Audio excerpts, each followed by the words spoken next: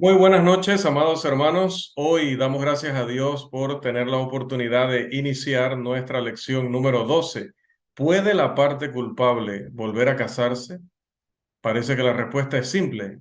Definitivamente no, pero quizás sea simple porque tenemos un contexto de todo lo que hemos hablado respecto a la doctrina bíblica del matrimonio, pero no para todos seguramente será tan claro. Si fuera tan claro, no estaría la iglesia tan dividida desde 1950, 60 para acá respecto a este tema, sobre todo y lamentablemente en Centroamérica, donde me duele mucho saber que hay una gran cantidad de iglesias confundidas con esta temática porque los ministros que están en ella, porque algún instituto de predicación que hay, pues o enfatizan una doctrina que no es bíblica o son tolerantes o permisivos con las teorías de sus estudiantes y esto provoca que entonces al llegar a diferentes regiones en países como Honduras, Guatemala, Costa Rica, quizá México, no lo sé, no tengo todavía el gusto de conocerlo mucho. Pronto el hermano Miguel me va a llevar por allá.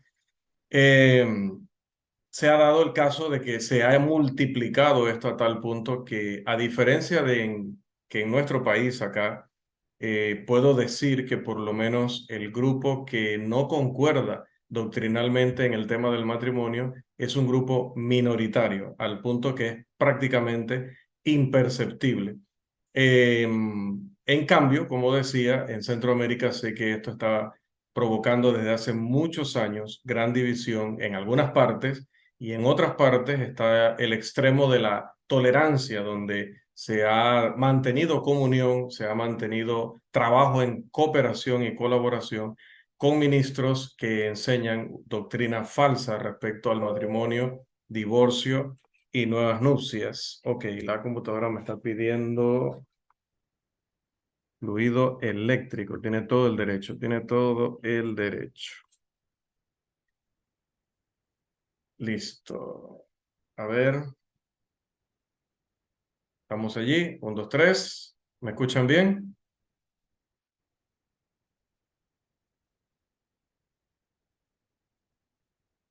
Sí, ok. Tendré que editar luego esa parte. Se me olvidó conectarles, que estaba haciendo una prueba con la batería.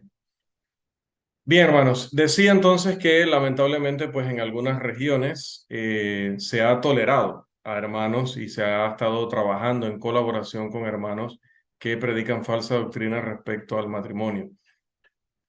De hecho, tengo que decirles que mis primeros maestros eran centroamericanos y enseñaban falsa doctrina sobre el matrimonio, pero yo pues era un niño en ese tiempo, estamos hablando de, tendría 14 años, 13, 14 años cuando empecé a estudiar ya en cursos bíblicos, ¿no? Con predicadores sostenidos, la Biblia. La había estudiado personalmente los años anteriores, pero digamos que mi primera preparación con predicador sostenido fue casi a los 13, 14 años y uno de ellos dos era un falso maestro respecto a esta doctrina.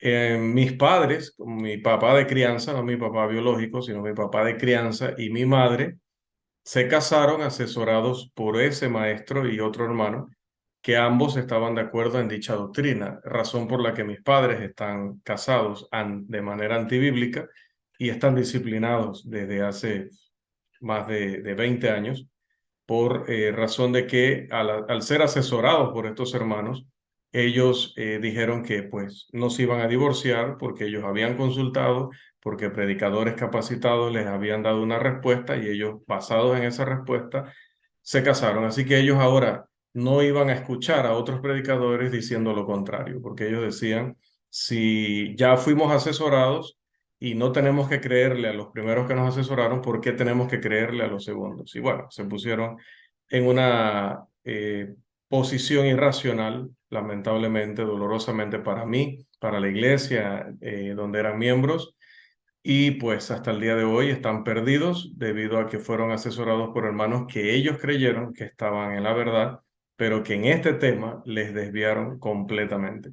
Entonces, realmente, hermanos, como decía la otra vez, yo no enseño lo que enseño sobre el matrimonio porque a mí me paguen para hacerlo porque alguien me presione para hacerlo, ya decía que yo sería el primer interesado en que esto no fuera así, que realmente esto fuera abierto a la opinión de cada uno, porque si fuera libertad de ese tipo, pues mis padres estarían bien, yo podría tener opciones de tener un futuro, una felicidad futura o presente en cuanto a este tema del matrimonio, pero no es así, no es así y no me interesa defender mi vida personal para tener un beneficio propio, ni me interesa defender algo falso solamente para beneficiar a mis padres.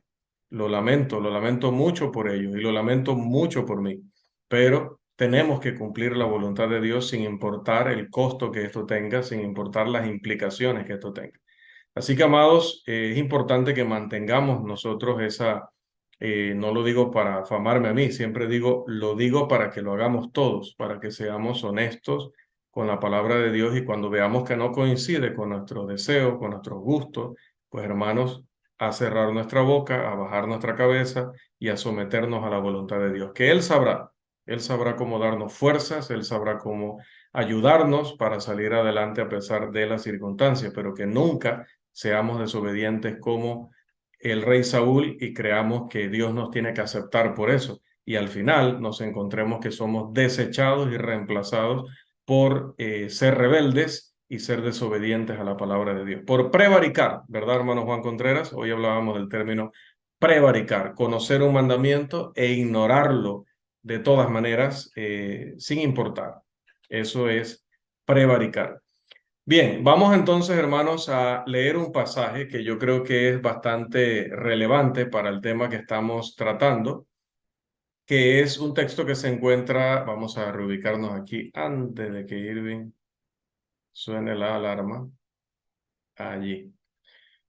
Un texto que considero bastante apropiado como introducción a nuestro tema hoy. Vamos a ver si hay algún hermano que tenga la disposición y también el micrófono activo para poder leer. Está en Hebreos capítulo 12, los versículos 16 y 17, y podemos leerlo de la pantalla o de nuestras Biblias o de nuestros celulares, como gustemos.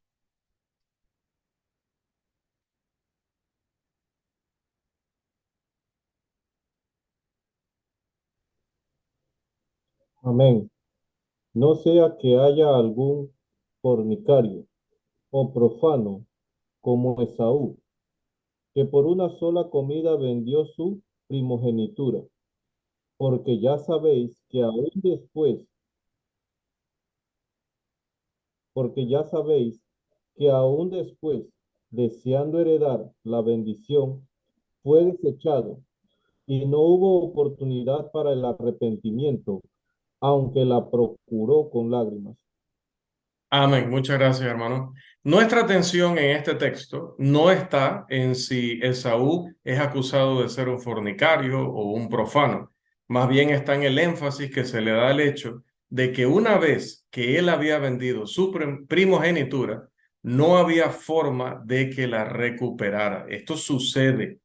Claro, no está hablando del ámbito del matrimonio específicamente, pero note que uno puede tener una bendición y la puede perder para siempre, aunque la procure con arrepentimiento y con lágrimas, la procure recuperar.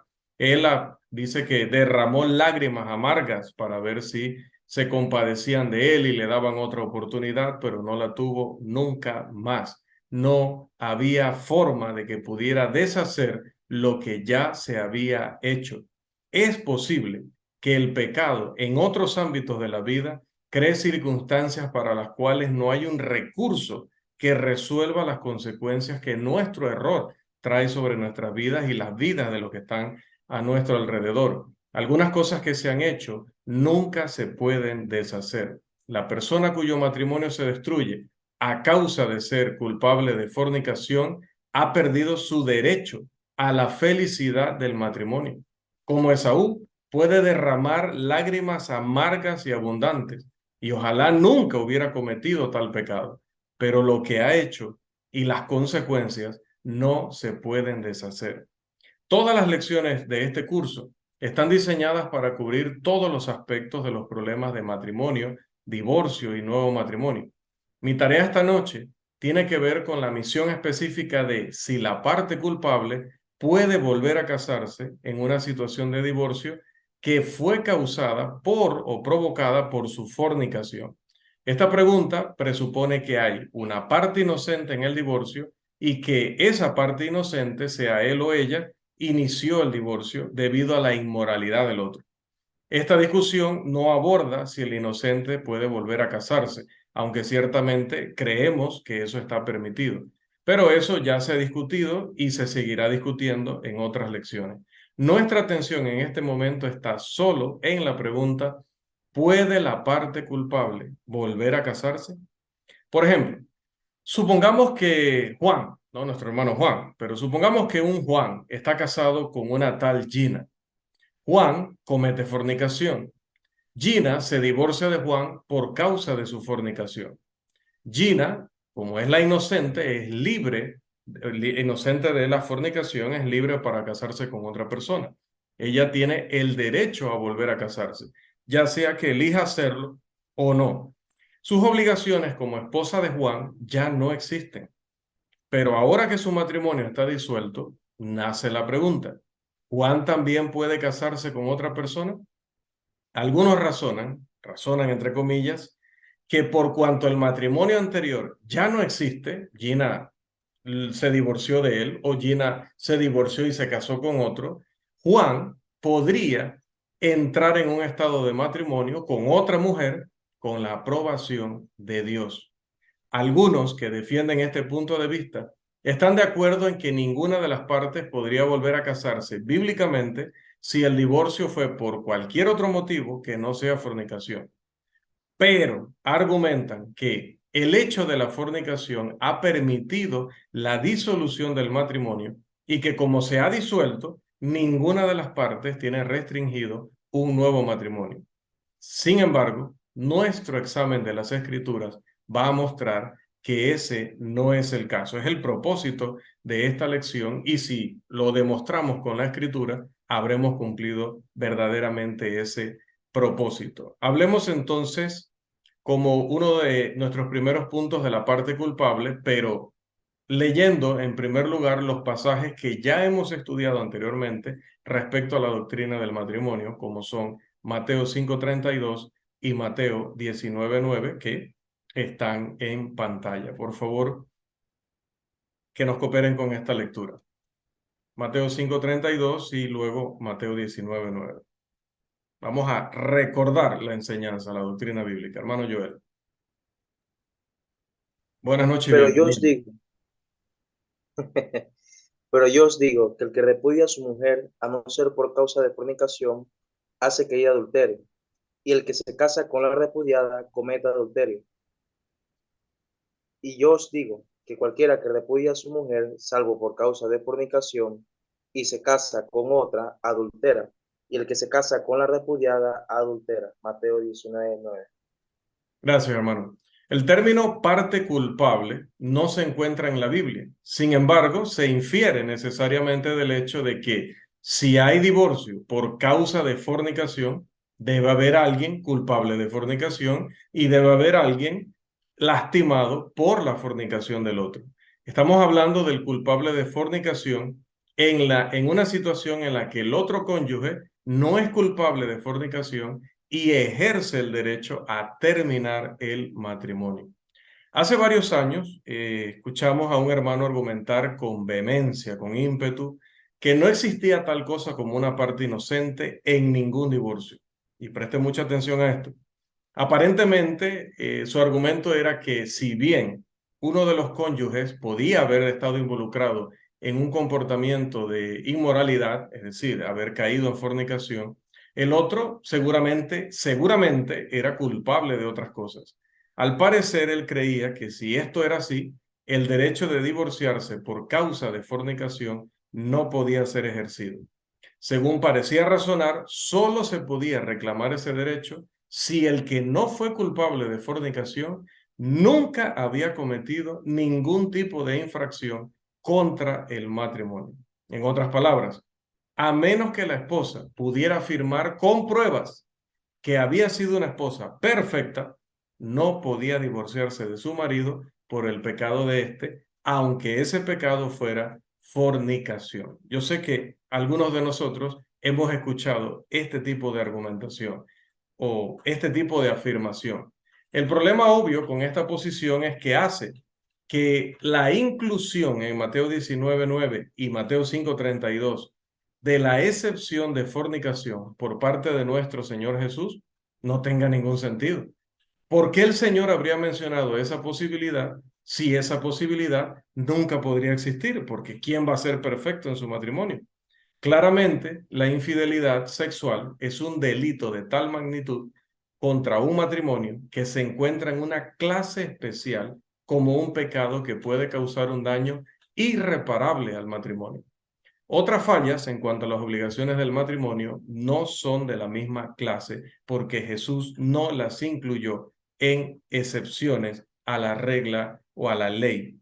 Sin embargo, habiendo dicho esto, nuestra atención debe dirigirse a una situación en la que una de las partes contribuye a propósito o deliberadamente a que el otro se convierta en culpable de fornicación porque se ha dado. Por ejemplo, ha habido casos en los que una mujer se ha negado a su marido por un largo tiempo, con tal de que él eventualmente cometa fornicación. Del mismo modo, ha habido hombres que han maltratado o físicamente o psicológicamente o de ambas formas a su pareja, a sus esposas, hasta el punto de conducirlas a buscar consuelo, a buscar ayuda, y en esa búsqueda han terminado en los brazos de otro hombre. Incluso ha habido casos tan viles en los que uno de los cónyuges orquesta el encuentro de su cónyuge con otra persona para que se pueda involucrar en la infidelidad y que de esta manera pueda quedar libre. Amados, en todo caso, sea porque la maltrataron física o psicológicamente, sea porque le negaron la relación sexual durante mucho tiempo, sea porque le tendieron una trampa para que cayera, en todo caso, caer en el pecado de fornicación ante los ojos de Dios es injustificable. Es como decir, me tuve que prostituir porque no había nadie que me ayudara. Tuve que vender drogas porque tenía muchas necesidades. No hay justificación para ninguno de esos pecados, como no hay justificación para la fornicación. Sin embargo, al mismo tiempo, seguramente todos los que estamos aquí reconocemos, y aquellos que se conecten luego, que el cónyuge que empujó a la pareja al pecado de fornicación de manera deliberada no es verdaderamente inocente. Él o ella no podría reclamar el derecho a divorciarse y volverse a casar, aunque su compañero o compañera sea culpable de fornicación. La razón debería ser obvia. Si eso fuera permitido, significaría que ese maligno, que ese perverso, podría obtener una ventaja por sus acciones pecaminosas al empujar a propósito a su pareja hacia la inmoralidad. Eso, hermanos, sería un caso de hacer el mal para que venga el bien. ¿Y qué dice el apóstol Pablo en Romanos capítulo 3, versículo 8? ¿Y por qué no decir, como se nos calumnia y como algunos, cuya condenación es justa, afirman que nosotros decimos? Hagamos males para que vengan bienes. Eso es lo que estaríamos diciendo. Entonces, de aquí en adelante, estaríamos animando a los hombres a maltrátala psicológicamente, maltrátala físicamente, ponle una trampa o niégale la intimidad para que ella caiga y luego de eso tú obtienes tu libertad. Hagamos males para que tengamos bienes. Esto, hermanos, definitivamente no puede ser doctrina bíblica, porque más bien el apóstol Pablo dice que eso era una acción temeraria y que algunos le calumniaban de que él apoyaba esa manera de ser, de pensar y de actuar. Por lo tanto, ante la posibilidad muy real de que aquel que es visto por otros como inocente pudiera ser culpable de empujar a la parte culpable de fornicación a ese pecado, debemos ser muy cautos, muy precavidos a la hora de dar consejos. La fornicación no puede justificarse, estamos claros en eso, pero el otro cónyuge no puede cargar con toda la culpa. Sin embargo, en muchos casos, en muchos casos, amados hermanos, y sepámoslo, solo el Señor y las personas realmente involucradas sabrán lo que realmente sucedió. Con esto también quiero aclarar que a veces cuando vamos al evangelismo y una persona nos cuenta su situación matrimonial, hermanos, nosotros tenemos que guiarnos por lo que la persona nos está confesando, nos está diciendo respecto a sus circunstancias, pero ¿hasta qué punto nosotros podemos saber si es cierto o no es cierto? Sinceramente, no lo podemos saber con plenitud de evidencia, con plenitud de hechos. En la mayoría de los casos nos basamos en lo que la persona nos explica. Entonces, ante la pregunta, ¿y qué pasa cuando no sabemos si realmente el inocente empujó o no empujó al otro? Realmente no lo sabemos. Tenemos que preguntar mucho, tenemos que conversar mucho con la pareja, si son cristianos o con la parte cristiana, si hay uno de ellos, o bueno, si son inconversos que nos quieren consultar, igual. Conversar mucho, preguntar mucho, pedir hasta donde sea posible información para tener todos los datos. Pero aún teniendo, creyendo tener todos los datos, siempre seamos humildes de que no somos Dios, de que la gente nos podría estar engañando, nos podría estar manipulando. Tampoco tenemos el don del Espíritu Santo para milagrosamente, como Pedro, poder ver que Ananías nos está mintiendo y que Zafira nos está mintiendo.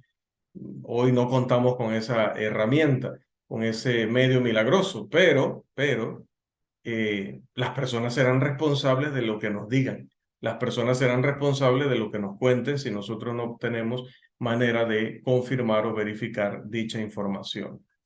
Así que es importante tomar en cuenta este principio de que no es posible que la parte culpable tenga los mismos privilegios que la parte inocente, porque esto sería decir que debemos hacer males para recibir bienes. Pero que por otro lado, puede ser, perdón, que aquel que es inocente de fornicación haya orquestado, haya dirigido, haya provocado la situación de manera deliberada, o como dicen los abogados, con alevosía y premeditación. Cuando ese es el caso, no podemos considerar definitivamente a esta persona como un inocente. Hablemos entonces del derecho a casarse.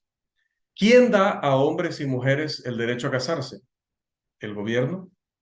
¿La familia? ¿Quién les da el derecho a casarse a los hombres y mujeres en el mundo? Claramente, hermanos, el matrimonio es una institución divina, es decir, está ordenado por Dios. La gente tiene derecho a casarse porque Dios les da ese derecho. Jesús recordó que la ley de Dios concerniente al matrimonio fue dada desde el principio para enfatizar que cualquier desviación del plan original se debía a la dureza del corazón de los hombres. Recuerde Mateo 19:8. En pocas palabras, la ley de Dios sobre el matrimonio es para que un hombre y una mujer estén casados solo el uno con el otro, y esto durante todo el tiempo en que ellos vivan.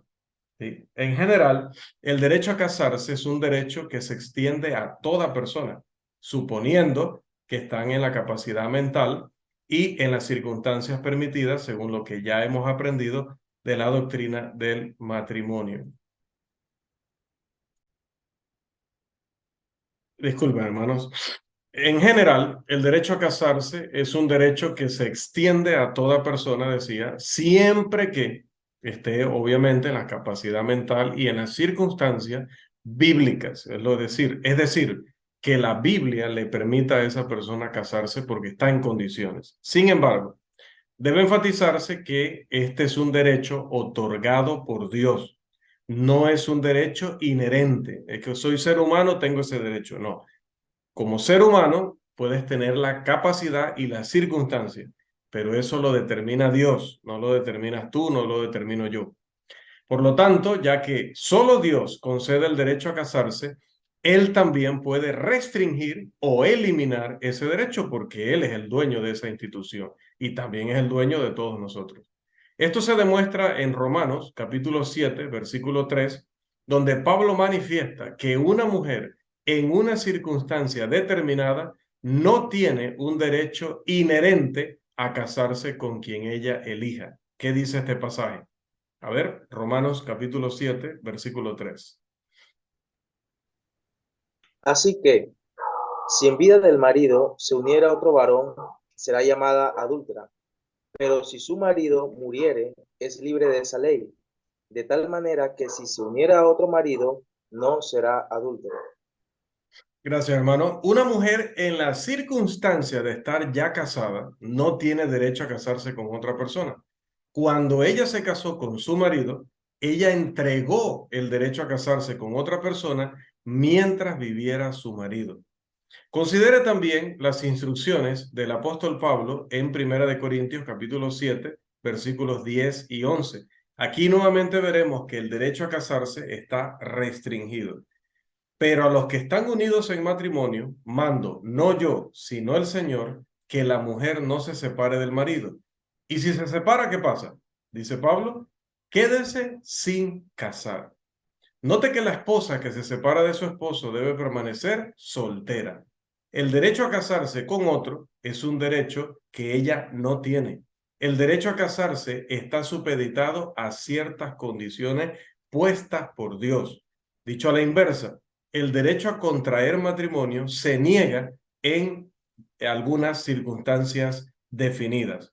En Mateo 19:9, Jesús enseña que solo hay una excepción a la regla o a la ley de que nadie, ninguna persona, tiene el derecho, tiene la libertad de divorciarse y casarse con otra persona. Recordemos el texto. Y yo os digo que cualquiera que repudia a su mujer, salvo por causa de fornicación, y se casa con otra, adultera. Para poder entenderlo mejor, recuerde que a veces tenemos que leerlo sin la cláusula de excepción. Y yo os digo que cualquiera que repudia a su mujer y se casa con otra, adultera. Cualquiera que haga eso, adultera. Y el que se casa con esa mujer repudiada, adultera. ¿Cuál es la única manera de que ese hombre que repudia a su mujer no caiga en este error? Que esa mujer haya sido culpable de fornicación. Entonces, dice Pablo, dice Jesús, perdón, que esa es la única excepción. Esa excepción, perdón, es la persona que repudia a su cónyuge por la fornicación de ese cónyuge. Esta es la única persona autorizada a divorciarse y casarse con otra. Ya que esta es la única persona la que se ha divorciado de su cónyuge debido a la fornicación de este, ya que es la única persona a la que se le ha permitido volver a casarse después de un divorcio, es obvio que la parte culpable no tiene permitido volver a casarse. Si se le permite a la parte culpable volver a casarse, entonces la única excepción, según Jesús, no es la única excepción, porque entonces habría otra excepción. Si tu esposo te es infiel, te puedes divorciar de él y casarte con la aprobación de Dios otra vez. Entonces habría otra excepción. Y si tú eres el culpable de fornicación y te repudian por eso, también esa es otra excepción para que tú también te cases. Entonces, ¿por qué dijo Jesús que solo hay una excepción si en realidad habría dos excepciones?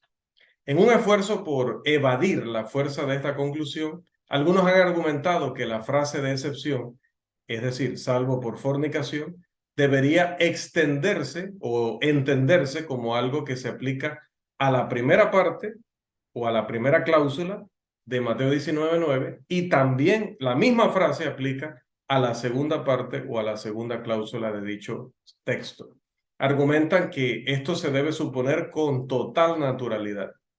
De acuerdo con esta suposición, la última parte del texto debería decir, el que se casa con la repudiada, excepto por fornicación, adultera. O sea, que si él cometió fornicación, no adultera.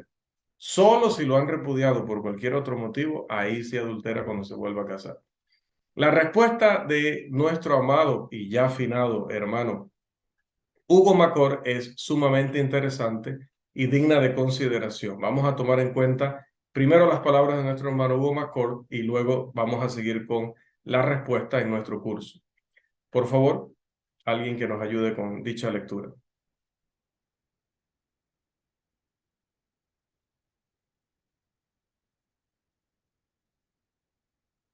¿Están disponibles?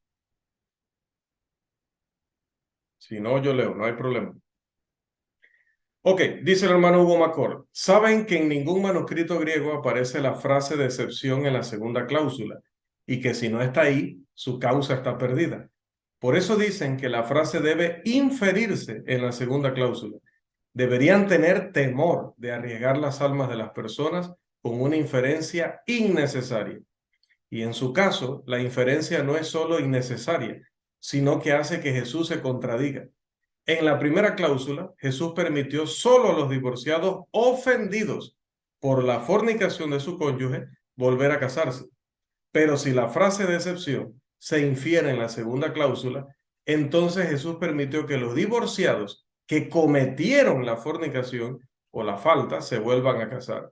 No es digno de un intérprete agregar a las palabras de Jesús para hacer que Jesús se contradiga en una frase o hacerle contradecirse en una frase. Amados, esto no es tan difícil de entender. La realidad es que la omisión del artículo definido griego en Mateo 19:9 en la segunda cláusula prohíbe gramaticalmente, además de la contradicción de la que ya hemos hablado, llevar la frase salvo por causa de fornicación a la segunda cláusula para poder aplicárselo a la al segundo matrimonio. Vamos a recordar lo que dice Mateo 19:9, lo tenemos en pantalla. Vamos a leerlo en la versión textual, la Biblia textual. Se las recomiendo mucho. En Google ponen Biblia textual y generalmente el primer link que les aparece es un sitio que se llama bibliatodo.com. Si no conocían ese sitio, se los recomiendo. Es una de mis herramientas para hacer investigación bíblica. Claro, recuerde que el sitio, no todos los sitios, son diseñados por hermanos. Ese no está diseñado por hermanos, así que hay muchos libros, hay que tener cuidado. En el caso de la versión, la Biblia textual es una versión muy, si no es muy recomendable, debo decir que es la más precisa de todas. Así que les recomiendo, pues cuando tengan que hacer una consulta del texto original, obviamente, sobre todo para los que no tienen una base en griego, puedan leer los términos en griego o identificar ciertas cosas gramaticales en el texto original, pues la Biblia textual siempre les va a dar prácticamente la traducción de un interlineal, pero corregida para que sea una lectura no solamente fiel al original, sino también fácil de hacer. Dice este texto en la Biblia textual: pero yo os digo que cualquiera que repudie a su mujer, salvo por causa de fornicación, hace que ella adultere. Y cualquiera que se case con una repudiada, adultera. Note que, bueno, aquí no se puede ver obviamente en griego, ¿no? Pero en griego, en Mateo 19:9, por ejemplo, la primera mujer tiene artículo definido por delante de su designación como mujer, lo que hace una designación específica de esa mujer que es repudiada por el marido, ¿sí? De esta mujer, perdón, que el marido hace que adultere. Y en Mateo 19:9, y aquí en Mateo 5:32, cuando se habla de la repudiada, se utiliza sin el artículo griego. ¿Qué significa esto? Que se refiere a cualquier mujer repudiada. Entonces, un matrimonio con cualquier mujer repudiada, es lo que dice Jesús, es adulterio. Para hacer decir a Jesús que él solo estaba eliminando a las esposas no adúlteras del nuevo matrimonio, no a las que habían cometido adulterio, es levantar una calumnia contra la belleza de la enseñanza del Señor, porque Él lo dijo claramente: pero yo os digo que cualquiera que repudie a su mujer, salvo por causa de fornicación, hace que ella adultere, y cualquiera que se case con una repudiada, adultera, con una repudiada. Toda mujer repudiada por causa de fornicación o no por causa de fornicación, cualquiera que se casa con ella, adultera. Si fue repudiada por fornicación, porque ella no tiene el derecho a volver a casarse. Si fue repudiada por cualquier otro motivo, porque el único motivo para uno poder volver a casarse es que a uno le sean infiel, no que uno sea el infiel. Por lo tanto, quien tiene derecho a casarse es la parte afectada y no la parte culpable en un divorcio bíblico. La cuestión no es si el matrimonio está roto, la cuestión no es si ya no hay amor, la cuestión no es si ya la mujer no puede o el hombre no puede convivir más con esta persona. ni la cuestión es si al divorciarse el inocente quedan libres de esa unión matrimonial ante los ojos de la ley y en su convivencia. La cuestión es si Dios le concede a la parte culpable el derecho a casarse. A veces se argumenta que una vez que el matrimonio se ha roto, no hay obligación de fidelidad del uno hacia el otro y que por lo tanto contraer matrimonio con otro no puede constituir una violación del primer contrato matrimonial. Bien tirada, suena bastante lógico, ¿no? Pero hay más involucrado aquí en esta situación que estamos analizando que simplemente la terminación de las obligaciones matrimoniales del cónyuge el uno con el otro. También hay la obligación de honrar las restricciones divinas que Dios ha revelado en su santa palabra. Dios da a la parte inocente el derecho de volver a casarse. Él no da el mismo derecho a aquel cuya fornicación causó la ruptura de una unión que Dios había ordenado que debía durar toda la vida. El matrimonio original requería una unión hasta la muerte, que cada cónyuge estaba obligado a cumplir. Lo único que puede romper el vínculo matrimonial mientras ambas partes viven es la fornicación. Y eso solo para la parte inocente. La frase salvo por fornicación es el único motivo que justifica volver a casarse con otra persona. Pero, hermanos, el culpable no tiene ese motivo de justificación, no puede acusar al otro de fornicación. Es solo esto posible para aquel que es inocente, en el sentido que definimos ya el término inocente. Por lo tanto, el culpable todavía está bajo todas las obligaciones que había contraído hacia el primer matrimonio en el que estuvo alguna vez, en el sentido de estar atado a ese matrimonio por la ley de Dios, no con el cónyuge. O sea, no sigue siendo el marido de aquella mujer inocente o no sigue siendo ella la mujer de aquel marido inocente, pero sí el culpable, pero el culpable sí sigue teniendo obligaciones con ese pacto porque fue él quien quebrantó el pacto. Nada ha sucedido que a él le dé libertad. Él todavía tiene esa obligación por el resto de su existencia. Si luego se arrepiente, claro, Dios le perdonará. Eso quitará su culpa, pero no el estado en el que quedó debido al repudio. Ahora, debemos preguntarnos, como lo hacíamos al principio, ¿realmente, hermanos, es que estos hermanos que defienden esa posición piensan que hay ganancia en el pecado? Cuando hacemos una comparación entre Mateo 5:32 y Mateo 19:9, estos pasajes nos muestran tres posibilidades de adulterio. Primero, el adulterio es cometido por el hombre que se divorcia de su mujer y se casa con otra, a menos que lo haya hecho por la fornicación de esa esposa. Dos, el adulterio es cometido por la esposa divorciada o repudiada, asumiendo que ella entró en una nueva relación con otro hombre. Este es el significado de la palabra en Mateo 5:32, que el que la repudia hace que ella adultere, es decir, provoca que ella busque otro hombre y tenga una relación a la que no tiene derecho. Tres, el adulterio lo comete el hombre que se casa con la mujer divorciada. Por supuesto, también está la inferencia necesaria de que el adulterio es cometido por aquel que se casa con la nombrada en el punto 1, porque difícilmente alguien podría casarse con una persona que está en un matrimonio adúltero sin ser también parte culpable del adulterio. Si en el momento que la repudiada se casa con otro y se convierte en adúltera, también se convierte en adúltero aquel que está en un matrimonio con ella, por obvias razones. Considera el caso de la esposa que es repudiada.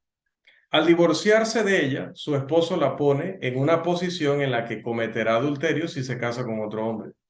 Ella no tiene derecho a casarse con otro. Tenga en cuenta que Jesús no le atribuye, en Mateo 5:32 me refiero, Jesús no le atribuye ninguna culpa por la ruptura del matrimonio. Que ella no fue culpable de fornicación también es claro porque Jesús dijo que si este hombre se divorciaba de ella, hacía que ella adulterara. Entonces quiere decir que hasta ese momento que fue repudiada no había adulterado. Tal vez ella quemó la comida, tal vez ya no era tan atractiva para su esposo. Independientemente del propósito del marido, Jesús no indica que ella fuera culpable de nada, mucho menos de fornicación. Y a pesar de esto, él dice que ella no tiene derecho a volver a casarse.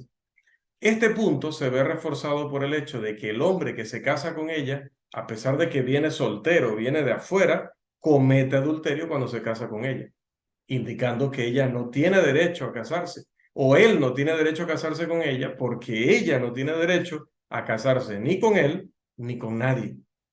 Si la mujer que se divorcia por causas que no son fornicación no tiene derecho a volver a casarse, por lo que muestra la lógica y la justicia, ¿cómo puede alguien suponer que aquella que sí fue repudiada por fornicación tiene derecho a volver a casarse? Es ilógico. Mateo 5:32 dice que esta mujer inocente de quien el hombre se divorcia no se puede volver a casar, pero la mujer, me están diciendo que la mujer que le fue infiel a su marido, esa sí se puede volver a casar. Esto sería, hermanos, sacar ganancia del pecado. Habría menos dificultades para la persona que comete fornicación y como resultado de ello es repudiada que para la persona que no hace nada malo, pero que igual un marido abusivo o irresponsable se divorcia de ella. Para enfatizar el punto, considere estos escenarios. Primero, está el caso de Juan, que se divorcia de Gina porque Gina era culpable de fornicación. Entonces Gina va y se casa con un hombre llamado Bill. Resulta que según estos hermanos, Gina y Bill, el nuevo matrimonio entre la repudiada y ese otro individuo, pues resulta que estos dos no son culpables de adulterio porque su primer matrimonio se disolvió por motivo de que Gina fue culpable de fornicación. Esto es lo que ellos dicen. Pero este sería el caso si el culpable tiene el derecho a casarse con otra persona. Pero note el escenario número 2. En el segundo escenario, ahora María es repudiada por Samuel, porque vamos a decir que porque ella es cristiana y a Samuel no le gusta estar casado con una cristiana. María posteriormente se casa con Eduardo porque fue repudiada por aquel incrédulo. Perdón, según la declaración explícita de Jesús, tanto María como Eduardo son culpables de adulterio. Recuerde que Mateo 5:32 dice, pero yo os digo que el que repudia a su mujer, a no ser por causa de fornicación, hace que ella adultere, y el que se casa con la repudiada comete adulterio. Entonces, la noción de que la parte culpable puede volver a casarse pone una ganancia en el pecado.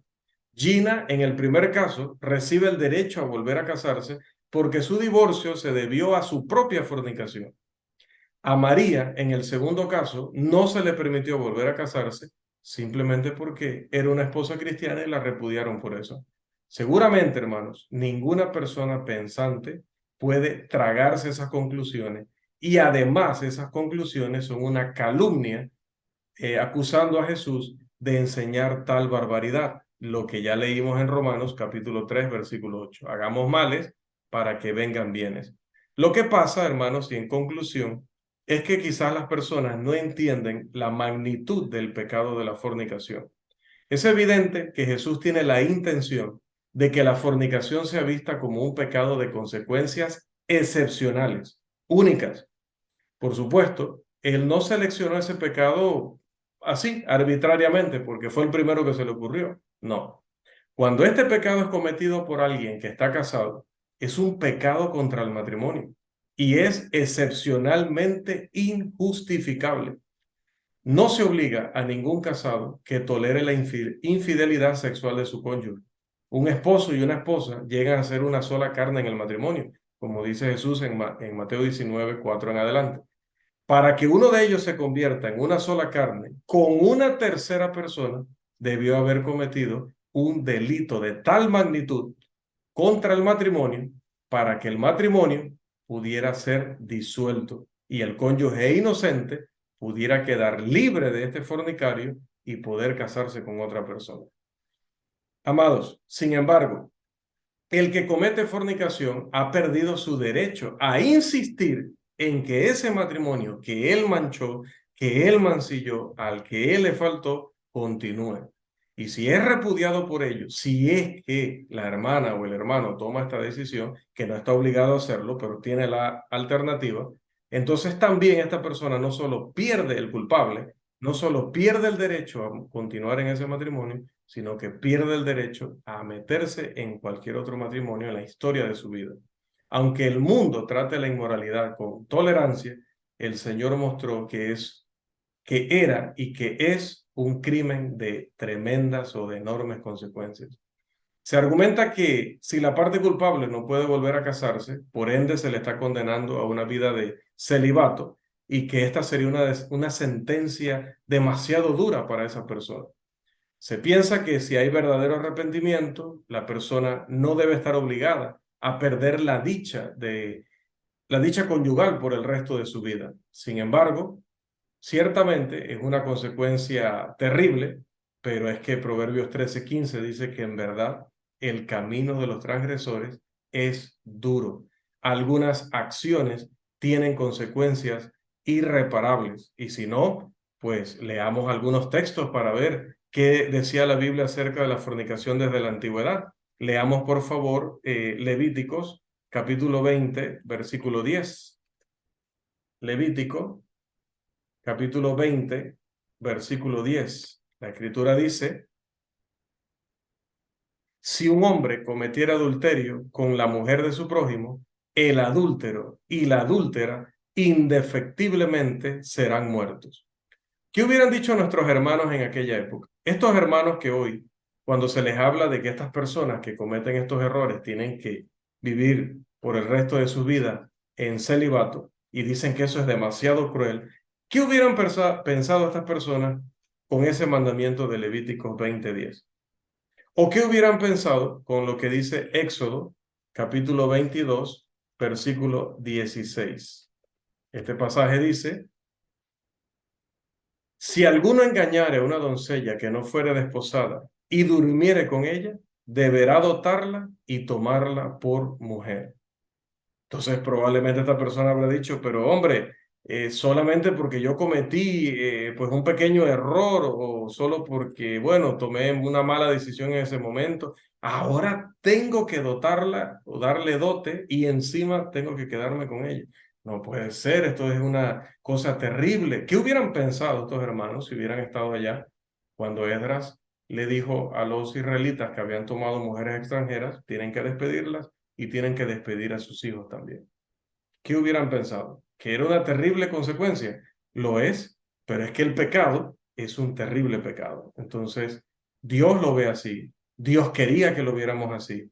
Entonces, no podemos nosotros, hermanos, desatar donde Dios ha atado. Nosotros no podemos permitir donde Dios ha prohibido. Nosotros no podemos restaurar por nuestros propios medios lo que Dios le ha dado al inocente la oportunidad de restaurarlo o de terminarlo. Nosotros no podemos hacerlo. Debo terminar, hermanos, contándoles que hoy, casualmente hoy, estuve involucrado en una consejería respecto a este tema. Por eso es que ahora ven que las diapositivas están bastante sencillas. No tuve oportunidad de hacerlas como me gusta para ustedes, con mucho detalle. Pero se debe a que precisamente hoy traté un tema sobre esto y le decía a la persona, yo quiero, hermana, que nunca en la vida usted diga, el hermano Rolando me dijo, divórciese. O el hermano Rolando me dijo, vuelva con él. No, hermana, esa no es una decisión que yo le puedo imponer. Esa no es una decisión que le puede imponer ningún ministro en ninguna parte de la tierra. Nuestro trabajo es, como dijo Pablo, predicar la palabra. Yo solo puedo enseñarle la palabra, enseñarle lo que Dios quiere. Dios detesta el repudio. Incluso cuando ha habido fornicación de parte de uno de los cónyuges, Dios quisiera que el matrimonio continuara. Claro, cuando primero hay perdón y restauración y puede continuar una relación sana. Pero si la persona ve que eso no es posible, pues tiene la opción, se la dio Jesús, no se la di yo, no se la dieron algunos hermanos en Norteamérica, se la dio Dios, de repudiar al infiel y quedarse solo o rehacer su vida, porque tampoco está obligado a casarse, no es un mandamiento casarse con otro, es una opción. No es un mandamiento divorciarse cuando ha sido infiel tu cónyuge, es una opción. Pero hermanos, los ministros, los predicadores debemos tener mucho cuidado con decirle a la persona, haga esto o haga aquello, porque lo que esa persona decida y las consecuencias de su decisión siempre van a caer sobre nuestra cabeza si nosotros dijimos, este es el camino. No, en este caso particular me refiero. Claro que en todo lo que es doctrina tenemos que decir lo que Dios ha enseñado. Pero al final, incluso en lo que es obligatorio y doctrina del Señor, al final la gente tomará sus decisiones. Mis padres tomaron su decisión. Yo tomé la decisión contraria a la de ellos. Yo he decidido serle fiel a Dios a pesar de la terrible consecuencia que pesa sobre mí cada día. Mis padres prefirieron no sufrir esa consecuencia y seguir juntos. Bueno, hermanos, es que aunque enseñemos y expliquemos, las personas tienen la libertad de decidir. Pero a nosotros nos toca cumplir nuestra labor, cumplir nuestro trabajo, orientar, enseñar, corregir, instruir, y luego las personas tendrán que saber, decidir si hacen la voluntad de Dios o contradicen la voluntad de Dios. Hasta aquí, amados hermanos, pues esta segunda doctrina de los hombres que hemos querido compartir con ustedes y responderla bíblicamente en estas sesiones de nuestro curso, la doctrina bíblica del matrimonio.